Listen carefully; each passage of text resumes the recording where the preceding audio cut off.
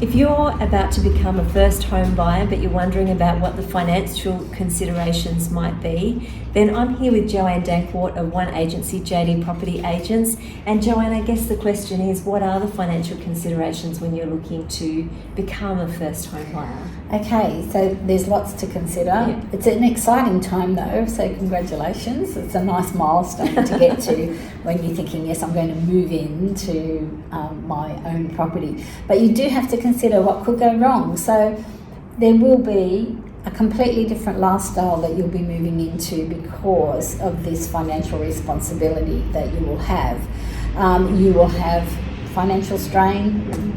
Sorry, it is part of the process. You want to make sure that you don't stretch your budget too thin, because you have to leave room for unexpected expenses that will come up. You have to make room for interest rate changes.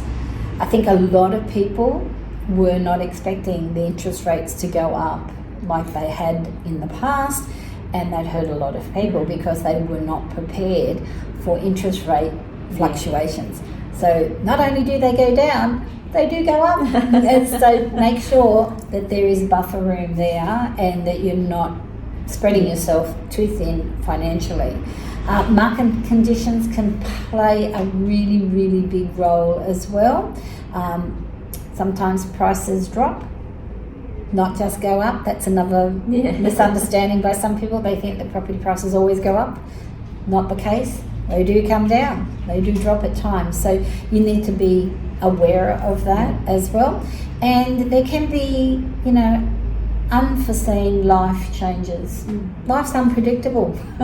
So you can have a situation where you might lose your job, heaven forbid, or have a health crisis. Nobody wants those things to happen, and we live in a world where, we're very, very fortunate, and well, I know I am, and I feel blessed and haven't had some major things happen.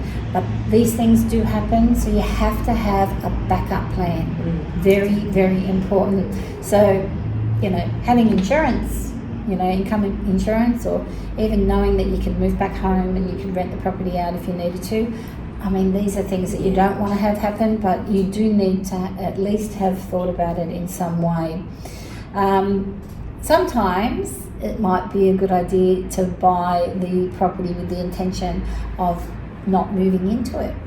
Sometimes you might want to rent it out for a bit. You might want to, build some equity and have somebody else help pay that off for you for a while, just so that you get your mortgage down quicker.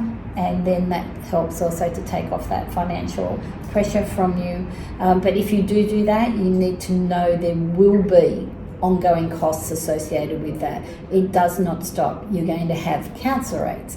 You're going to have water bills. You are going to have either strata bills if you buy a strata property. There are costs, and then we have maintenance costs as well. So things do go wrong, and I often say to people, put 10% of the income away every week for unforeseen things that could happen. Most of the time we can't always buy brand new, so we're buying something that's a bit older. Things go wrong. Hot water systems break down. There are quite a lot of things that can happen. And also you have to consider that depending on the market, there can be rental fluctuations as well. So we can have situations where the rents go down. They don't always go up.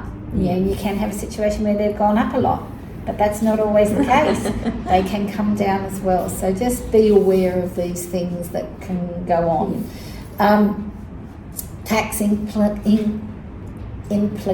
Yes. We have to take those into consideration as well, and that can be really tricky. So I would advise somebody to always see a tax professional in that regard. Pre-approval is crucial. If you're going to go out and start shopping, if you see the perfect thing but you haven't got your finance in place, then you can't do anything about it. So it's super important to go and see a lender and find out how much money you can actually borrow, and they base that on your income and your savings. So it's not rocket science, but you need to know it. You have to have that. You have to know your budget. When you know your budget, and you're ready to go, you've got better negotiation power because you can say, yes, I'm ready to go. I can sign that paper straight away because I have that. And it avoids disappointment by having those things in place and making sure you've got your finance pre-approved. The other thing is be realistic with your budget. Now, you might not be able to go into that dream home straight away, and most of us can't. We have to build up to it. So, take that into consideration, understand that you won't necessarily be able to extend to that beautiful home. You have to be realistic and just, like I said, consider all those costs that will pop up, because they do, and you don't want to overextend yourself. Yeah, exactly. So they're probably the most, things that you have to consider, and also think about your future needs. What you need today is going to be different to what you might need in the future. Yeah. So maybe when you're looking at buying something, just consider that. Consider what is it that I may need down the track, and you might be able to position yourself to be ready for that when you need it. So if you think you're going to get married and have children and you'll need a bit of land or whatever. So there's lots of things. Yeah, so it is the future, and it's also preparing stamp duty and all those sort of costs that we sometimes don't. Yes, people don't think about it. That's a very big one. I'm really glad you brought that up, Kelly, because I remember when I bought my first place, I didn't even know what stamp duty was. Nobody had mentioned it to us, and we had no idea. And it's considerable. Most of the time you're looking at $20,000+. So make sure that you're aware of stamp duty, and you have to pay it generally before you settle. So the government gets their money before anybody else. Yes, you might think you have a lovely big deposit, but suddenly you don't.